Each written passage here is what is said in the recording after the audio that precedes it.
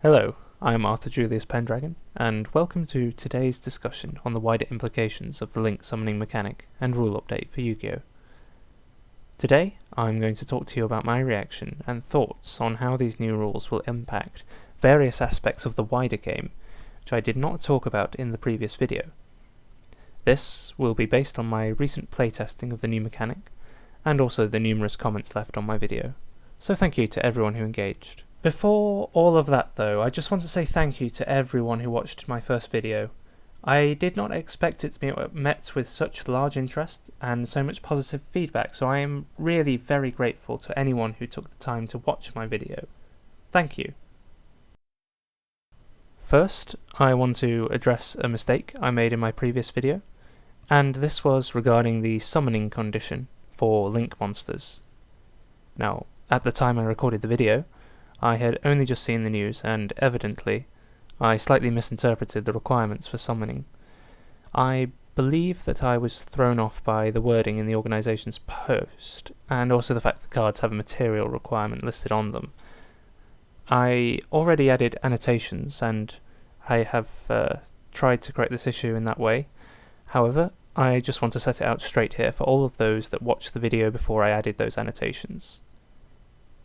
So, to clarify, in order to link summon a link monster from the extra deck, you must send materials you control to the graveyard equal to the link number of the monster you wish to summon. Alternatively, you can substitute one link monster for materials equal to its link number, as long as the requirements are met. You can think of this as a price or a cost.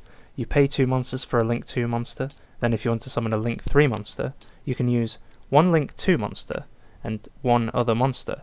So the link monsters essentially retain the value of the monsters that have already been used to summon them, similar to how synchros retain the value of the total levels used to summon. Links retain the value of the number of monsters used. Okay, so I think that's enough to cover myself. Thanks to everyone who pointed out my mistake. I do value constructive criticism just as much as positive endorsement. So moving on, let's talk about the fragility of link monsters and the likely repercussions this has for certain cards. Link monsters are pretty important if you want to play a deck that focuses on having multiple extra deck monsters at once. In order to make it work, you're going to have to take out cards from your extra deck to accommodate them, which is the first limitation.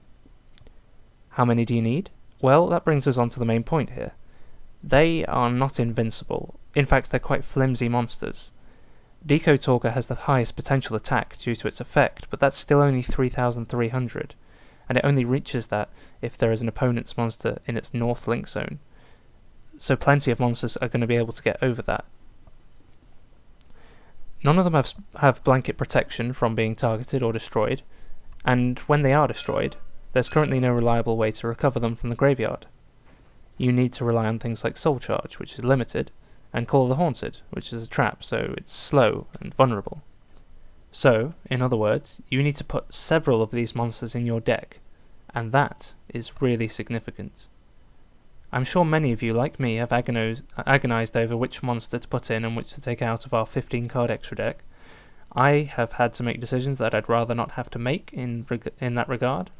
And now that link monsters are coming, that means 3 to 5 fewer spots in your extra deck for other types of monster. Now, don't get me wrong. Link monsters aren't strictly minuses. They are pretty good, but as I said, they're fragile.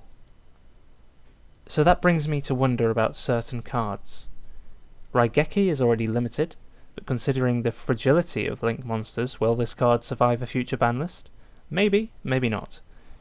Similarly, you probably know that Kirin has been banned in the latest OCG ban list, and many are now wondering if it will be in the next TCG list. Well, I have been undecided until now.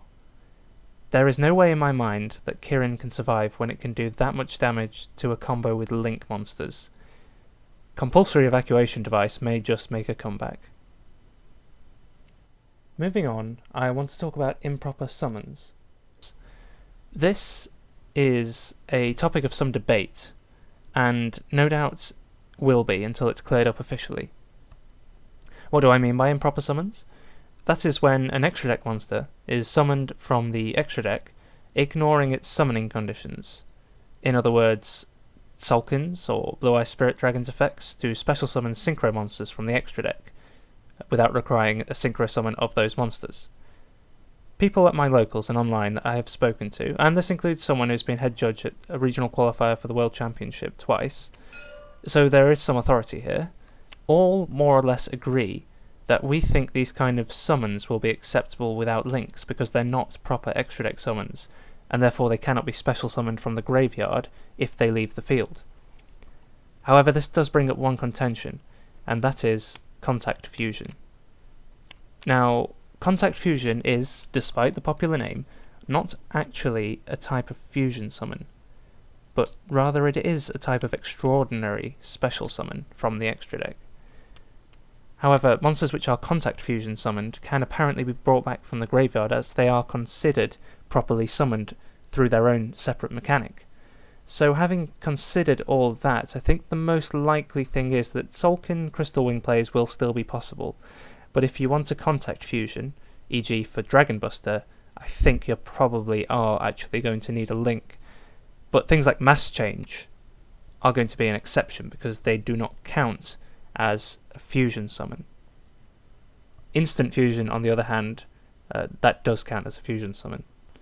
I also want to give a brief mention to some spicy tech that people have been talking about after this announcement. People have brought up Senate Switch. This card allows you to move a monster into an adjacent zone. This card could then be used to move extra deck monsters out of a linked monster zone, so you can summon another. Really not a bad idea, but do be aware we don't know yet if we'll be able to move monsters from the extra zone into a normal monster zone in this way. The extra zone might not count as being adjacent. People have also been discussing Blasting Fuse, which could be used to move a column, remove a column, including extra zones. And since this specifies 4 zones currently on the card text, you may or may not need all 5 zones in a column filled. Again, we have to wait and see with that one. They might errata it. People have also been talking about Ojama King. This one could be a really nasty card, as its effect would allow you to effectively prevent link summons full stop. You can specify which monster zones are blocked, and even if you won't be allowed to choose the extra zone, all you have to do is specify the 3 zones beneath the opponent's extra zone, and they effectively cannot be used to establish links. So that could be really important. Moving on to something a lot of people have asked me, and this is on the subject of Kaijus. Now, people seem to be a little bit confused, and this is due, I think, to a misunderstanding of how Kaijus work. You know the situation. You've just made a nice Crystal Wing at great expense, and oh dear, your opponent just belly flopped a Gamma Seal on it, and there's not much you can do about it. People in my experience like to flop Kaijus on top of monsters for comedic effect, but I think that this has led people to assume that Kaijus therefore replace a monster on the field, like a substitution. This is not true.